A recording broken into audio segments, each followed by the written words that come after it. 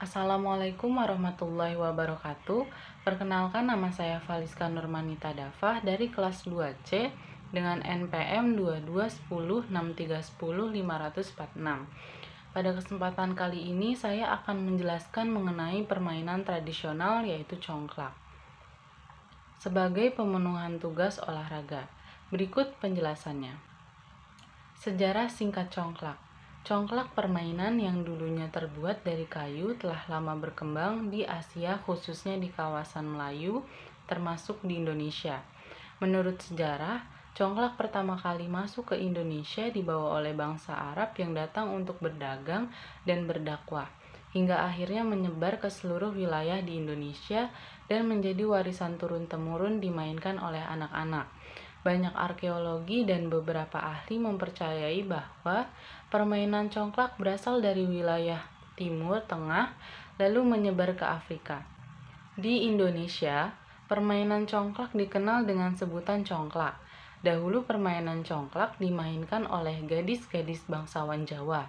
Kemungkinan besar karena pedagang asing dekat sehingga dapat memperkenalkan congklak kepada bangsawan atau kelas atas. Seiring berjalannya waktu, permainan congklak semakin populer hingga dapat dimainkan oleh masyarakat dari berbagai kalangan. Bahkan bukan hanya wanita yang memainkan congklak, tetapi juga laki-laki dapat memainkan permainan itu dengan menggunakan papan dan biji congklak.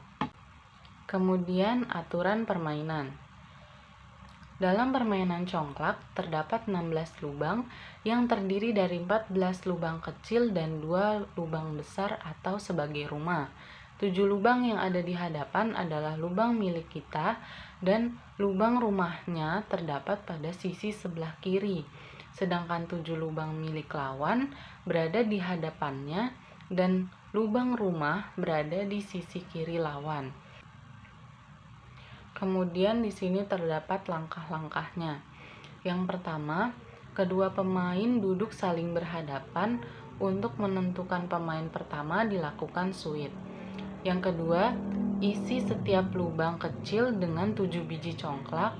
Ketiga, pemain pertama menjalankan biji congklaknya yang berada di bagian atau sisi miliknya. Biji congklak dimasukkan satu persatu di setiap lubang termasuk lubang rumah. Tetapi jangan menaruh biji congklak pada lubang rumah lawan. Lubang yang terisi biji congklak lainnya dapat mengambil semua biji congklak dari lubang tersebut lalu melanjutkan permainan. Keempat, jika biji congklak terakhir kita berhenti di lubang yang kosong sisi lawan, artinya kita harus berhenti bermain. Apabila lubang kosong terakhirnya berada di sisi bagian kita dapat mengambil biji congklak yang ada di seberangnya dan meletakkannya di lubang rumah bagian kita. Nah, yang kelima, pemenang permainan ini yang berhasil mengumpulkan biji congklak banyak di rumahnya, yaitu dengan cara menghitung biji congklaknya. Pertama, kita siapkan biji congklak sebanyak 98 buah. Kemudian kita isi masing-masing lubang kecil dengan 7 buah biji congklak.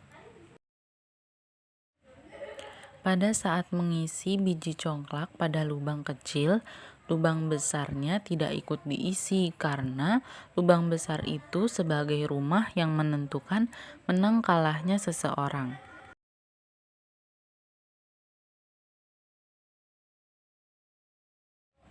Seperti yang sudah dijelaskan tadi, langkah pertama kita harus duduk berhadapan dan suit untuk menentukan pemain pertama dan kedua. Pemenang suit dinyatakan sebagai pemain pertama. Kemudian lubang rumah untuk pemain pertama berada di sebelah kirinya. Jika biji congklak berhenti di lubang kosong bagian kita, maka kita dapat mengambil biji congklak yang berada di seberangnya. Sedangkan jika biji congklak berakhir pada lubang lawan, maka kita harus menghentikan permainan. Jika biji congklak berhenti pada lubang rumah, maka kita dapat mengambil biji congklak pada lubang selanjutnya untuk kita jalankan. Begitupun berlaku juga untuk lubang bagian lawan. Kemudian kita teruskan permainan ini sampai selesai dan kita hitung siapa yang akan menang.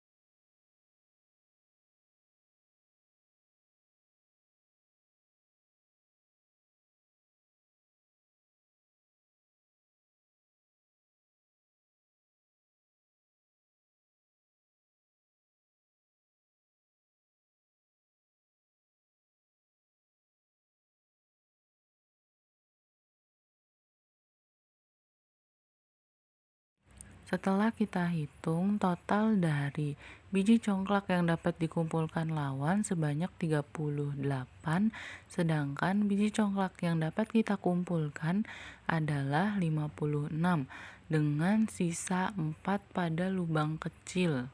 Sehingga kita dapat memenangkan permainan ini. Kemudian permainan congklak ini memberikan manfaat, yaitu memberikan kesenangan, melatih syaraf motorik, melatih kejujuran, melatih mengatur strategi, melatih berhitung, serta membantu melatih kedisiplinan dan taat pada aturan. Sekian penjelasan yang dapat saya sampaikan, kurang lebihnya mohon maaf. Saya akhiri. Wassalamualaikum warahmatullahi wabarakatuh.